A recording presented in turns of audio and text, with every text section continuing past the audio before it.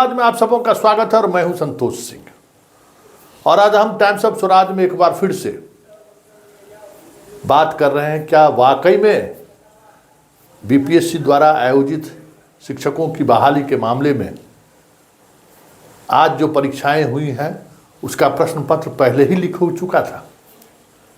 हालांकि इस खबर पर चर्चा करने से पहले हम एक चर्चा जरूर कर लेना चाहते हैं।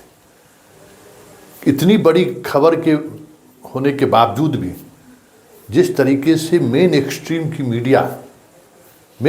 कर रहे हैं कि मीडिया खामोश है, अखबार से लेके रीजनल चैनल तक, बिहार के जो रीजनल चैनल है वो भी, नेशनल चैनल की तो बात ही छोड़ दीजिए, जबकि ये नेशनल चैनल स्तर की खबर है।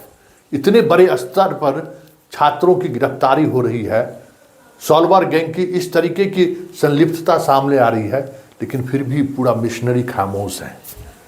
अब समझ सकते हैं कि इस खामोशी का कीमत मुझे भुगतना ही पड़ेगा, क्योंकि जब से ये खबर हमने चलाई है, किस किस तरीके की घेराबंदी मेरी शुरू हुई है उसका अंदाज़ा शायद आपको ना हो।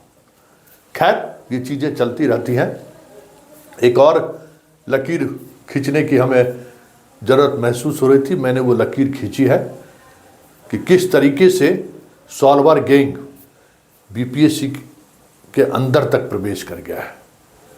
हजारीबाग से जो खबर आ रही है, हालांकि अब हजारीबाग एसपी ने थोड़ी देर पहले जो बयान दिया है वो बयान कहीं न कहीं बिहार पुलिस को प्रोटेक्ट करता हुआ दिख रहा है, जबकि सुबह 5 बजे से जब से यह ऑपरेशन चल रहा है, जिस तरीके से अलग अलग थाने क्षेत्र में गाड़ियां पकड़ा रही हैं, 10 बजे दिन तक बिहार पुलिस का कोई अता पता नहीं था।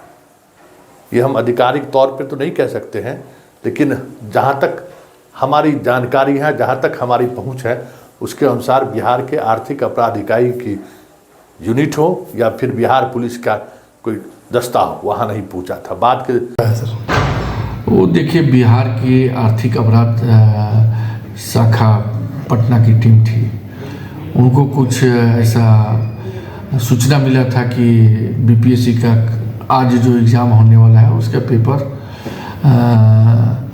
लीक है, और कुछ लड़के विद्यार्थी जो है हजारीबाग में जाके वहाँ से पेपर ओपर का कुछ ये कर रहे हैं, तैयारी वारी कर रहे हैं। इसी दरमियान पुलिस कल आई हुई थी, हमसे यहाँ इंक्वायरी करने के लिए, जांच करने के लिए लोकल पुलिस पदाधिकारी का डिमांड किया, मैंने उसको दिया है, और कुछ विद्यार्थी पकड़े भी गए हैं जो डिटेन किया गया है, उनसे पूछताछ जारी है। लेकिन बड़ा सवाल ये है कि जिन 300 छात्रों को डिटेन किया गया है उसमें कई लड़कियां हैं, कई महिलाएं भी हैं, कई पुरुष भी हैं। सबों के पास सिर्फ और सिर्फ एडमिट कार्ड था, किसी के पास फ़ोन तक नहीं था, और सारे का सेंटर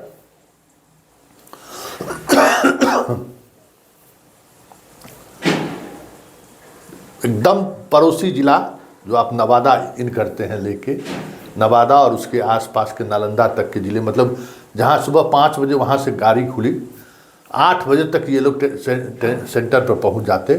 शेखपुरा वगैरह सारा जो इलाका है, जितने लोग पकड़े गए हैं छात्र, उन्हीं सेंटर के स्टूडेंट थे। मतलब सेंटर तक पता था छात्र को कैसे ले जाना है, कैसे पहुँचाना है, इसकी पूरी व्यवस्था थी। रास्ते में कहीं जाम न मिले, इसलिए हर चौक चौराहा पे जो सॉल्वर गैंग था वो समझिए कि ट्रैफिक पुलिस की तरह काम करने वाला था। मतलब ट्रैफिक पुलिस की तरह ही समझिए काम कर रहा था।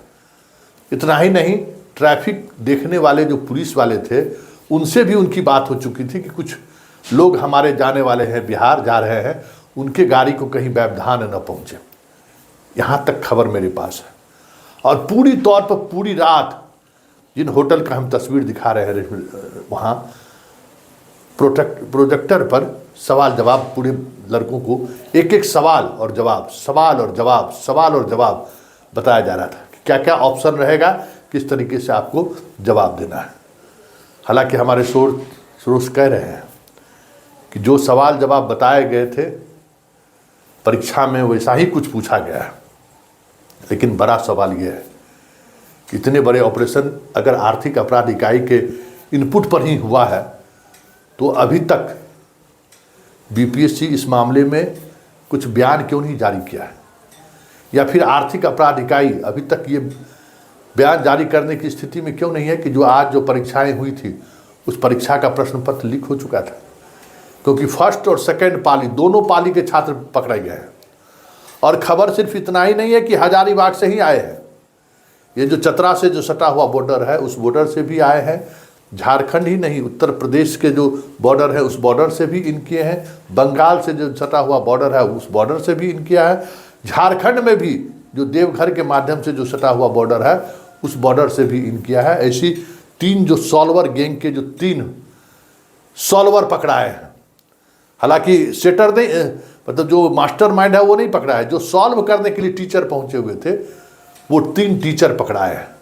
उन टीचरों से जो पूछताछ हुई है उसमें ये फीडबैक अभी तक सामने आया है। देखिए आगे आगे होता है क्या, लेकिन इतना तय है कि जिस स्तर पर सेटिंग हुई है और जिस तरीके का डील होने की बात सामने आई है, इस बार निशाने पर बीपीएससी का दफ्तर भी है।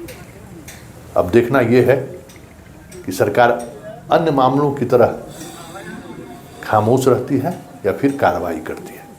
लेकिन बिहार जैसे राज्यों में जहां नौकरी, एक एक नौकरी के लिए लोग पूरी जिंदगी दांव पर लगा देते हैं, पूरा पढ़ाई, घर द्वार छोड़कर, रिश्ता नाता, शादी विवाह, मरनी हरनी सब छोड़कर तपस्या की तरह लोग स्टूडेंट पढ़ते रहते हैं कि कहीं हमें सरकारी नौकरी मिल जाए, क्योंकि बाकी कुछ है ही नहीं।